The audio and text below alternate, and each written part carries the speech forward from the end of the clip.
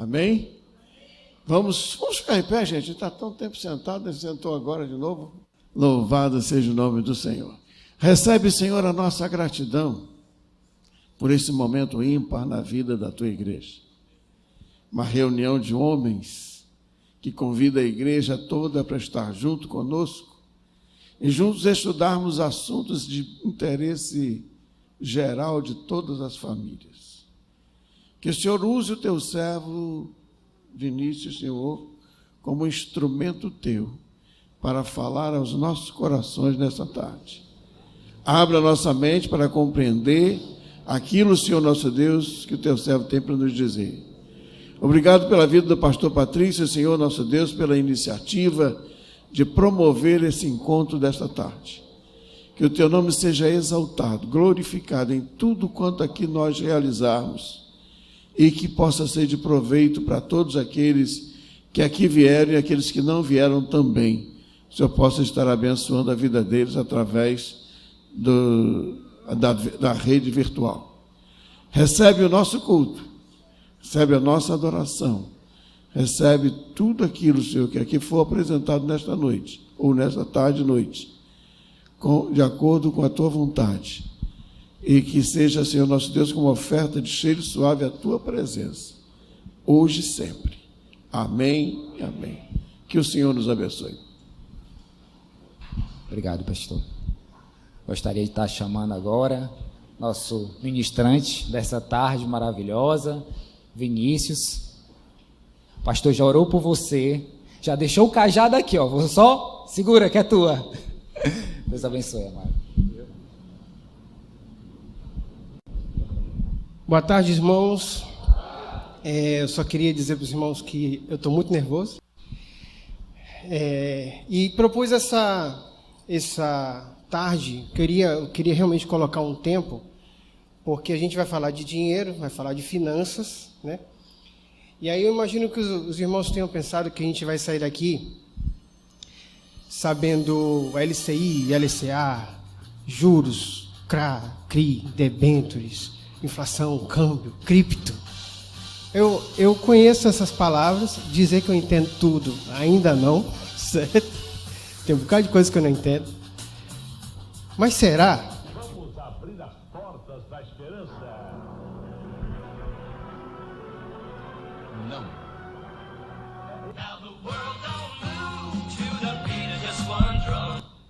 Eu tinha planejado esse negócio, mas o som não ajudou muito.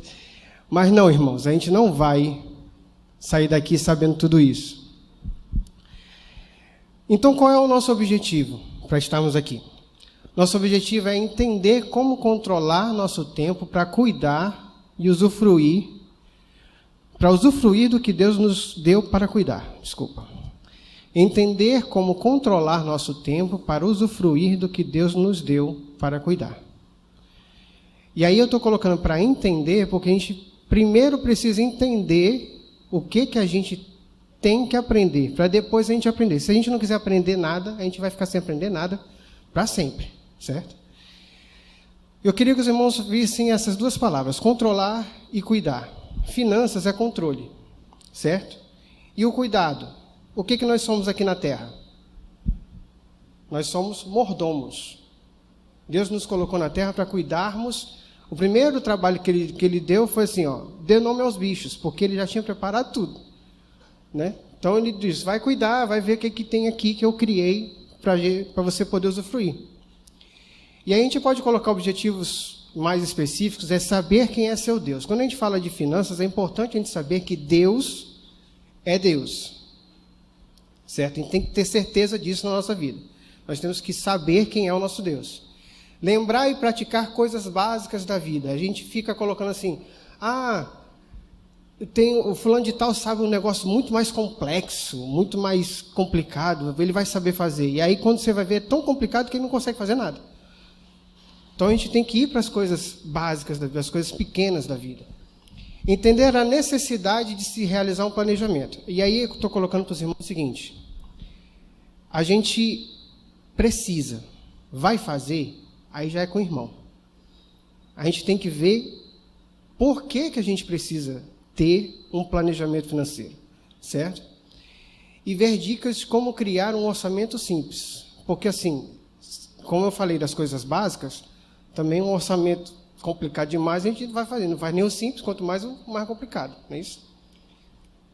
E toda a nossa palestra hoje vai ser voltada com o que a Bíblia fala. E isso foi uma coisa que realmente passei algum tempo estudando, porque a Bíblia, ela mostra como a gente deve tratar nossas finanças. E ela mostra como devemos tratar nossa finança, por quê? Porque ela é o melhor guia financeiro que tem.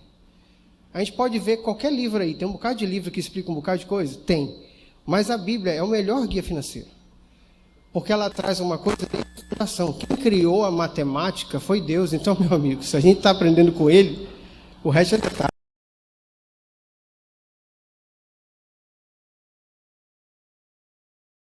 Eu consigo organizar o meu dinheiro. Eu sou demais. Eu me garanto. Então, para que eu estou aqui? Para que eu vim fazer essas coisas aqui? Então, a gente tem que prestar atenção, irmãos, que eu não existe. Porque esse eu, quando ele vai falar disso tudo, o que ele lembra? Eu fiz, aí, e Deus me abençoe. Entenderam o que ele falou? E Deus me abençoe. O que você quer dizer? Não, ele tem que tirar o eu para ele conseguir falar a palavra correta, porque ele só conseguiu fazer porque Deus o abençoou. Se ele não tivesse Deus na vida dele, ele não faria nada. Então não tem esse negócio de, eu fiz. Não, você tem que dizer alto, Deus me abençoou, Deus me abençoou. Eu consegui porque Deus me abençoou. Porque eu sei fazer, porque eu aprendi a fazer. Não, porque você teve saúde, você teve inteligência, você teve capacidade. Quem foi que deu tudo isso? Não foi você, foi Deus. Certo? E a Bíblia, ela é completa. Quando ela fala em Mateus 6,24, ninguém pode servir a dois senhores, pois odiará um e amará o outro, ou se dedicará a um e desprezará o outro. Vocês não podem servir a Deus e ao dinheiro. Aqui ele já está falando do dinheiro.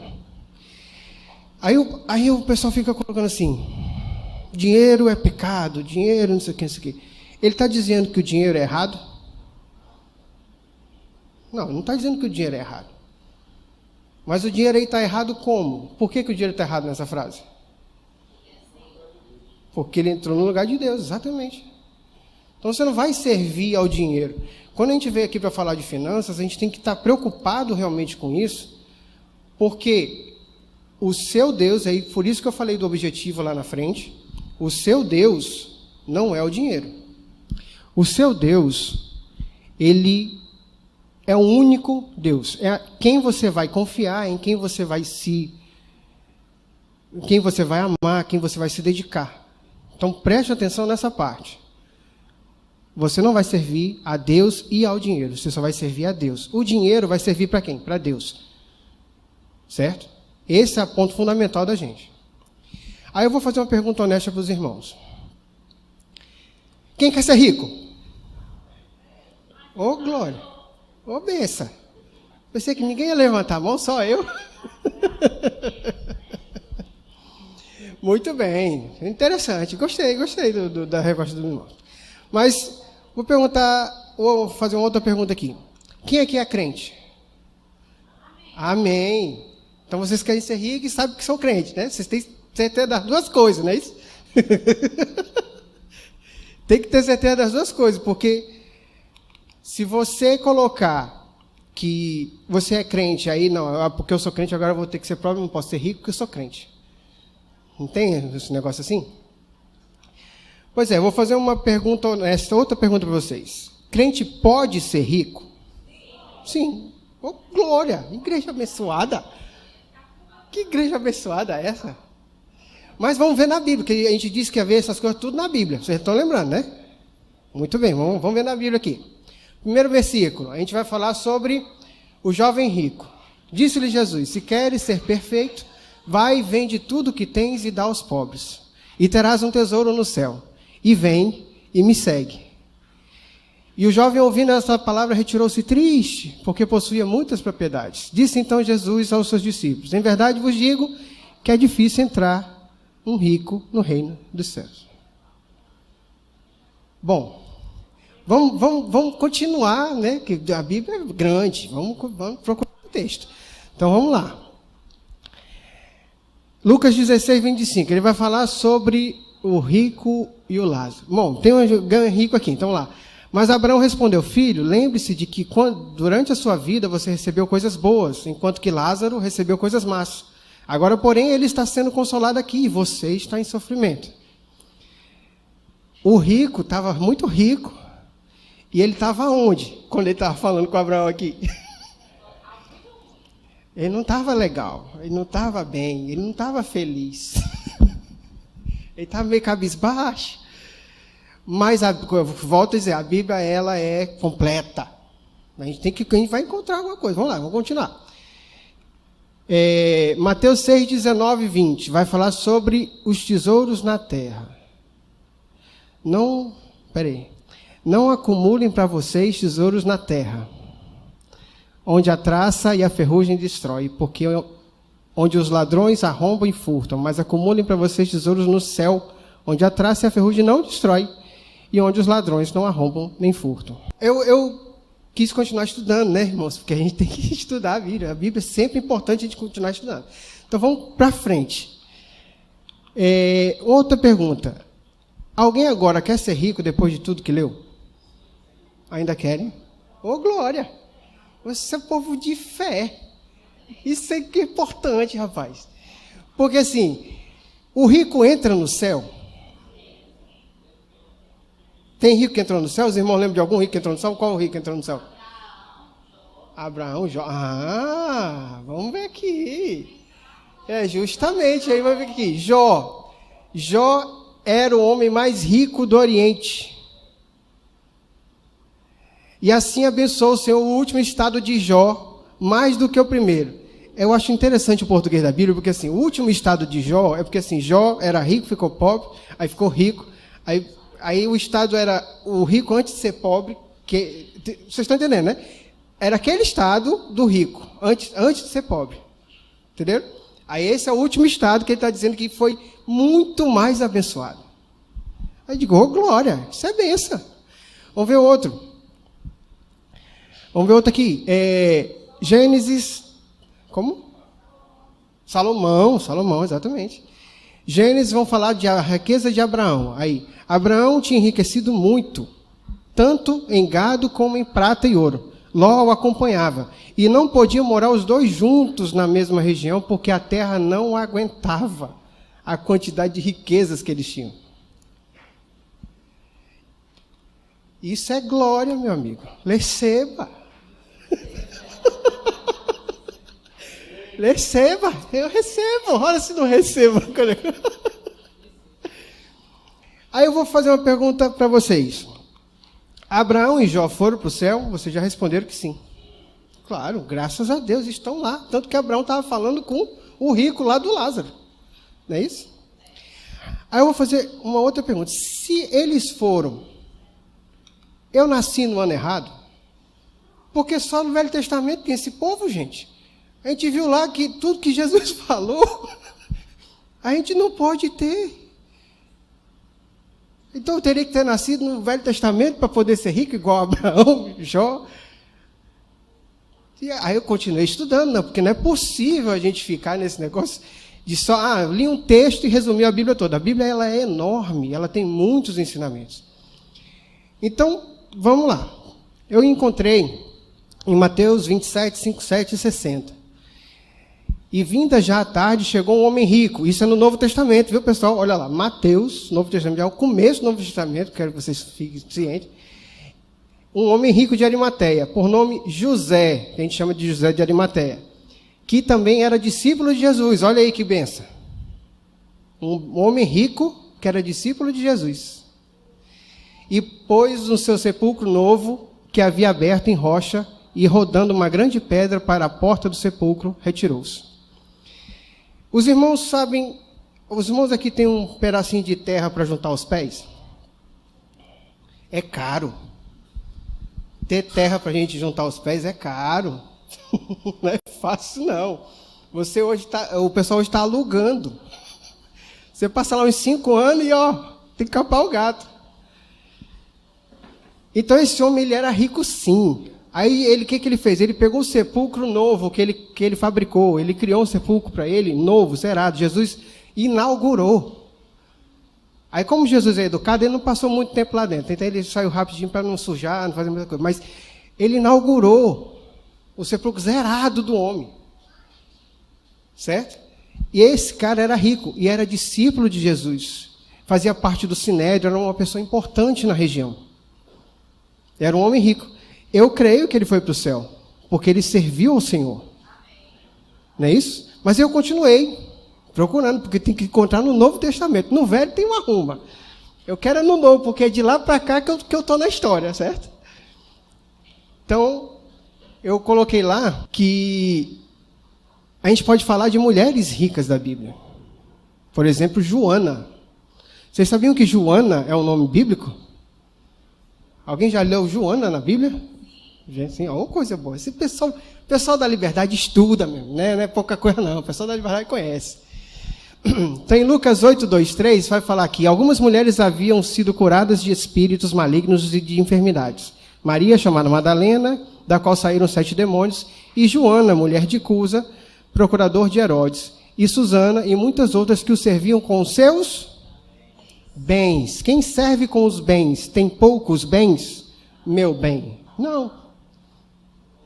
Tem muitos bens. Se eu vou ajudar alguém com o que eu tenho, eu não posso tirar de quem eu devo cuidado. Eu tenho que manter a estrutura da minha família, porque é ela que eu sou responsável, e eu posso ajudar outros com o que eu tenho de sobra. Então, Joana e essas mulheres, Susana, elas eram pessoas de bens. Aí vai, não, mas é porque naquela época as mulheres não tinham dinheiro.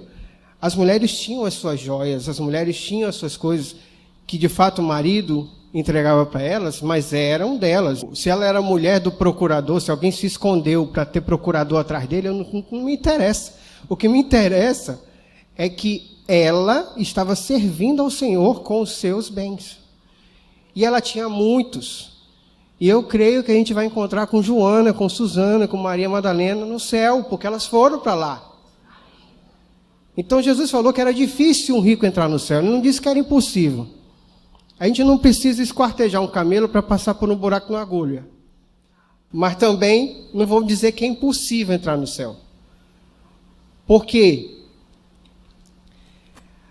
A gente tem que ver o seguinte. Mateus 6, 21. Pois onde estiver o seu tesouro, aí também estará o seu coração. E é isso que a gente tem que estar preocupado. Porque o Deus, o nosso Deus é o Deus. O dinheiro não pode se tornar o nosso Deus. Então, se a gente colocar o nosso coração aonde estiver o nosso tesouro, se o nosso tesouro de fato é o dinheiro, se de fato é o ouro, é algo que eu tenho condições de guardar dentro de uma caixa ou enterrar, então ali é que eu vou poder colocar o meu coração. Ali está o meu tesouro. E ali está errado. Por isso que ele fala que a gente tem que colocar o tesouro no céu, porque é lá que a gente tem que estar com o coração. O nosso desejo real tem que estar lá. Precisamos fazer tudo o que a gente fez aqui. Não interessa se é dinheiro, não interessa se é relacionamento, não interessa se é trabalho, nada. Tudo que a gente fizer tem que estar voltado para o tesouro que está no céu, o nosso Deus. Eu quero que vocês guardem esse versículo. E muito obrigado. Podia ter terminado agora, não podia? Porque se a gente colocar... Não, podia não. Se a gente colocar finanças desse jeito, se a gente colocar Deus no centro de tudo, as nossas finanças vão continuar bem. O problema é que a gente se esquece disso. Eu consegui R$300 aqui, ó. O que eu vou fazer? Sei lá, vou viajar. Sei lá, vou não sei o quê. Aí, entregou o dízimo? Desses 300 contos você ganhou? Entregou não. E aí, onde é que está seu coração? No seu tesourinho que você conseguiu agora para ir comprar uma passagemzinha para ir para não sei aonde. Está entendendo? Então, o nosso tema de hoje é ensina-nos a contar. Então vamos para o tema. Ensina-nos a contar. Aí vamos completar o versículo. Ensina-nos a contar. Isso, coração, eu estava completando. Não, tem que falar antes. Isso está em Salmos 90, 12. Eu propus fazer a divisão do versículo em algumas partes. Então, eu vou dividir agora por ensina-nos, tá? E isso vem para a parte de ensinar. O que é ensinar? Ensinar é dar instruções sobre alguma coisa a alguém. O objetivo básico é você levar um conhecimento seu para outra pessoa. Esse é o objetivo de ensinar. Indicar algo de maneira precisa. Por exemplo, qual o seu endereço? Se você disse qual é o seu endereço, você vai ensiná-la como chegar aonde você mora. Certo? A gente tem alguns sinônimos de ensinar. Explicar, pontificar, doutrinar, educar, formar, lecionar, treinar, instruir, orientar e até adestrar é um ensinamento. Certo? Qual o objetivo disso tudo? É descomplicar a vida.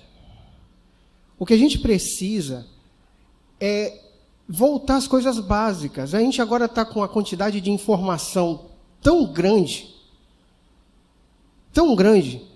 que agora a gente não sabe mais o que a gente vai colocar como importante, como meta, como prioridade, exato. É informação demais, a gente não sabe mais para onde ir correr. Aí o que você vai fazer com isso tudo? Complicar a sua vida, porque agora você vai pegar uma ruma de fontes diferentes e vai tentar compilar os dados que você colocou, juntar tudo para encontrar o que você vai fazer com aquilo ali. Isso é complicado. Não precisamos de tanta coisa, por isso que a gente tem que ir atrás de ensinar. E quem é o melhor professor que nós já tivemos? Até hoje. Esse homem ensina até hoje. É impressionante a capacidade que ele tem de tantos anos depois ele ensinar. Aí a gente vai ver as coisas de ensinamento, alguns versículos. Por exemplo, Isaías 48, 17. Deus nos dirige no caminho que devemos ir. Provérbios 22, 6. Devemos ensinar a criança o caminho certo, o caminho que deve andar. Provérbios 9, 9, instruir o homem sábio, e com certeza ele vai ficar mais sabido. Isso aqui eu estou resumindo, tá, irmãos? O versículo não é desse jeito, não. Mateus 7, 24, quem ouve e se mexe é sensato. Jó 34, 4, precisamos discernir o que é certo e aprender o que é bom. Provérbios 15, 33, temer ao Senhor já é meio caminho andado. Ou seja, o que a gente vai fazer é baseado no ensinamento. Ou você vai ensinar ou você vai aprender. Não tem o que fazer, não tem para onde correr. Ou você vai ensinar ou vai aprender. Depois a gente pega os versículos para os irmãos que quiserem para poder ler em casa. A gente pode destacar algumas palavras nesses versículos, caminho, o discernimento e saber para onde ir. Em João 14, 6 diz, disse-lhe Jesus, eu sou o caminho, a verdade e a vida, ninguém vem ao Pai a não ser por mim. Quando a gente pega aqueles versículos anteriores, a gente vê que ensina a criança o caminho que deve andar. O jovem, o sábio, quando é instruído, ele fica mais instruído. Saber para onde ir.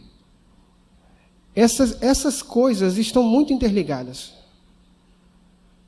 Porque aonde que a gente vai encontrar essas informações? Como eu estava falando da informação compilada, né, de várias fontes. A gente tem uma fonte simples, que todo mundo tem acesso, à Bíblia. O que a gente realmente precisa, a gente vai encontrar. Todos os assuntos, irmãos, é impressionante. Se você realmente quiser ler a Bíblia, todos os assuntos você encontra nela. E a gente está focando aqui na história do discernimento, de saber para onde ir, porque eu estava atrás do que as pessoas lá fora ficam falando, certo? E aí eu disse assim, o que o pessoal acha desse negócio do caminho? Porque Jesus é o caminho, certo? Beleza. A gente tem que saber qual é o caminho que devemos andar, a gente tem que ensinar a criança o caminho que a gente deve andar, a gente tem que saber o que é certo para fazer o que é bom. Beleza. O que o pessoal fala disso lá fora? Aí eu fui encontrar um livro do que o pessoal tem para o norte, né? Que faz a pessoa ir para o norte. Eu encontrei um livro de criança, antigo. Alice no País das Maravilhas. Ela estava conversando com um gato, aí ela chegou para o gato e falou assim, qual o caminho que eu devo seguir? Aí o gato perguntou, para onde você quer ir? Aí ela falou, nenhum, qualquer um serve. Não sei onde é que eu quero chegar. Então, se você não sabe onde quer chegar, qualquer caminho serve. Aí eu achei interessante esse negócio, porque isso é o pessoal do mundo que fica falando. O pessoal do mundo que fica falando, certo? Aí, quando a gente vai pesquisar um pouco mais, a gente coloca muito mais atrás pessoas que falaram a mesma coisa? Sim. Por exemplo, eu encontrei um filósofo romano chamado Sêneca, que falou exatamente isso que foi utilizado no livro de Alice no País das Maravilhas, que para quem não sabe para onde vai, qualquer caminho serve. Só que eu sei que essa não é a fonte dele. Tem alguma fonte na fonte, e eu fui atrás dessa fonte. Aí eu encontrei em Provérbios 4, 18 e 19, que fala assim, mas a vereda dos justos é como a luz da aurora, que vai brilhando mais e mais até ser dia perfeito. O caminho dos ímpios é como a escuridão, nem sabem em que tropeçam. Então assim, se você está andando na luz, tudo está claro, tudo está na tua frente. Você sabe se tem alguma coisa que vai te derrubar, você sabe se tem alguma coisa que vai te machucar, você sabe se aquele caminho vai te levar para um local legal. Está vendo, está na luz. Mas para quem não sabe para onde vai, os ímpios, está tudo escuro.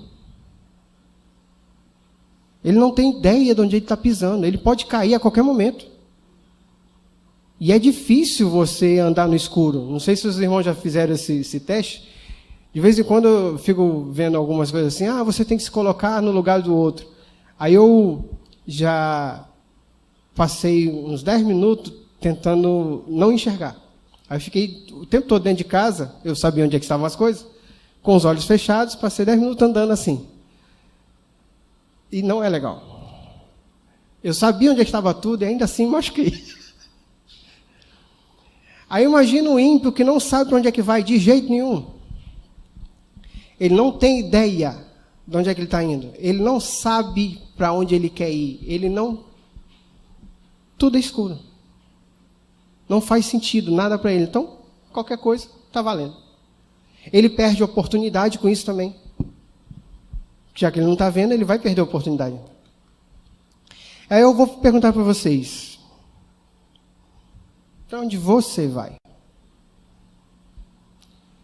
Essa é uma pergunta importantíssima para a vida? Sim. É importantíssima para finanças? Sim. É importantíssima para o relacionamento? Sim. É importantíssimo para qualquer coisa da sua vida. Para onde você vai? Para o céu, em nome de Jesus. Mas aí você tem que saber se você quer ir para coisas da vida. Você vai ganhar dinheiro, você vai morar fora do país, você vai trocar de carro, você vai viajar. Você vai. Se você quiser ir, você vai. Dependendo do que você tiver, você vai. Mas esses são motivos que demonstram que só você está pensando em só você. Isso é muito fechado, muito egoísta. E aí você está colocando os objetivos principais da sua vida. Eu estou dizendo que vocês não vão viajar, que vocês não vão trocar de carro, não estou dizendo isso, não. Mas, se você colocar o foco da sua vida nisso aí, de fato, são motivos egoístas que você vai ter. E aí você vai perder o foco do que é importante. Aí eu vou fazer uma outra pergunta para os irmãos. Para onde você quer ir? Que é diferente para onde você vai. Certo? Porque, por exemplo, tem gente, e a Bíblia fala que na igreja tem o joio e o trigo, então tem gente que quer ir para o céu, mas vai para outro lugar. Né? Então, assim, para onde você vai é uma coisa, para onde você quer ir é outra. Então a gente coloca os motivos que poderiam fazer a gente querer ir para algum lugar. Então, se eu quero trabalhar mais e melhor para o Senhor, se eu quero ter condições de trazer dízimos e ofertas à casa de Deus, se eu quero ter condições de ajudar um irmão necessitado, isso aí são o quê? São motivos divinos. E aí eu volto a perguntar o que eu fiz, a pergunta lá de Joana. Joana estava servindo a Deus com o quê? Com os seus bens. Se eu quero ter condições de fazer isso, eu preciso ter bens. Então, se o meu objetivo é ter bens para motivos divinos, para o que Deus colocou para que a gente fizesse, então eu vou ter os bens para poder fazer isso tudo. A Bíblia, como eu disse, a gente vai falar muito da Bíblia aqui, em nome de Jesus. Ela fala em Mateus 19 assim, também vos digo que se 2 de vós concordarem na terra acerca de qualquer coisa que pedirem, o que está escrito? Não sou eu que estou falando. Qualquer é qualquer. Assim, não tem uma definição do qualquer. Se 2 concordarem e pedirem qualquer coisa, isso lhe será feito por meu Pai que está no céu. Aí eu pergunto, se você chega para o irmão assim, irmão, é o seguinte, vem cá, é sério, estou precisando. De quê, irmão? Diga aí. Estou precisando trocar o meu telefone, eu quero comprar um iPhone, eu quero que você ore por mim, junto comigo. Se ele orar, eu vou colocar o se ele orar, eu acho que não vai ser sincero. Os dois não estão concordando, não, porque só um vai ganhar iPhone na história, não vai ser os dois. Exatamente, quem vai orar eu não tenho iPhone para orar para que você tenha. Não, meu amigo, tu é doido, né? Então a questão é o motivo que nós temos, é onde está o nosso coração. Se 2 orarem, olha só, não precisa da congregação todinha, não é unanimidade, não. Se você chamar só um, Diego, chega aqui, vamos orar para eu ter um iPhone? Está entendendo? Aí está com Xiaomi até hoje, ele vai orar para que eu tenha um iPhone? Que história é essa? Então, irmãos, a questão é, onde está o seu coração? E o que você está ensinando para o seu filho? O que você está ensinando para a sua filha? O que você está ensinando para os seus familiares? Que começa assim. Como eu falei para vocês, a obrigação que nós temos é primeiro com a nossa família. Então, nós temos que dar sustento à nossa família. Nós somos uma família em casa antes, para depois sermos família na igreja. Então, quando a gente dá sustento à nossa família está sendo sustentada, o que vai acontecer? Eu vou ter condições e bens para ajudar os outros familiares que eu ganhei agora dentro da congregação. Então, o irmão que está precisando de ajuda vai ser ajudado por mim. Ah, mas eu vou dar o dinheiro todinho para ele? Não, você entrega para a igreja e a igreja faz o trabalho que Deus determinou que ela fizesse, amparar todo mundo. Então, o motivo que nós temos para ter bens é que nós temos que mudar. Eu não quero ter bens para trocar de carro todo ano ou viajar pelo mundo. Não, isso aí vai ser consequência. O motivo que eu quero ter bens é para conseguir dar conta da minha família e ajudar quem precisa.